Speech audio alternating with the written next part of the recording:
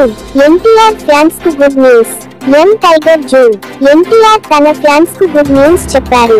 తన అభిమానులను వ్యక్తిగతంగా కలవాలని నిర్ణయించారు. ఇందుకోసం త్వరలో ఓ ఈవెంట్ ఏర్పాటు చేయనున్నట్లు ఆయన కార్యాలయం ఓ ప్రకటన విడుదల చేసింది. అన్ని అనుమతులు తీసుకొని ఈవెంట్ నిర్వహించడానికి కొంత సమయం పడుతుందని, అప్పటి వరకు ఓర్పుతో ఉండాలని కోరింది. అభిమానులు తనను కలవడానికి పాదయాత్ర వంటివి చేయరాదని ఎన్టీఆర్ విజ్ఞప్తి చేశారు. 3.3 కోట్లతో గర్ల్ ఫ్రెండ్ కు ఇల్లు కట్టించిన దొంగ షోలాపూర్ కు చెందిన ఓ దొంగ తన గర్ల్ ఫ్రెండ్ కు 3 కోట్ల రూపాయలు వెచ్చించి ఇల్లు నిర్మించాడు. పంచాక్షరి స్వామి 37 మైనర్గా ఉన్నప్పటి నుంచే దొంగతనాలు చేస్తున్నాడు.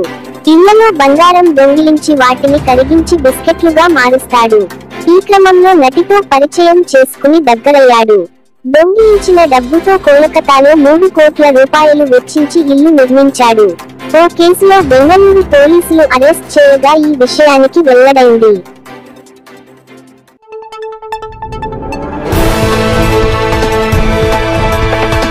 Thandel movie public talk. Chandu Mondeti తెరకెక్కించిన తండేల్ సినిమా షోలు అస్లో మొదలయ్యాయి.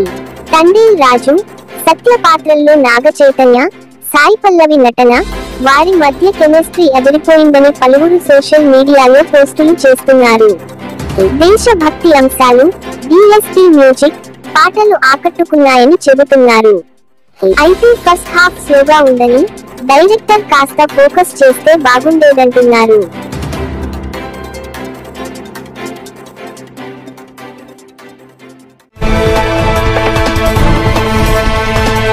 జగన్ ఇంటి వద్ద అగ్ని ప్రమాదం వీడియో.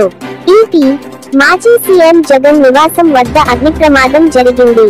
తాడేపల్లిలోని ఇంటి ఫెన్సింగ్ ను ఆనుకుని ఉన్న గార్డెన్ లో మంటలు చెలరేగాయి.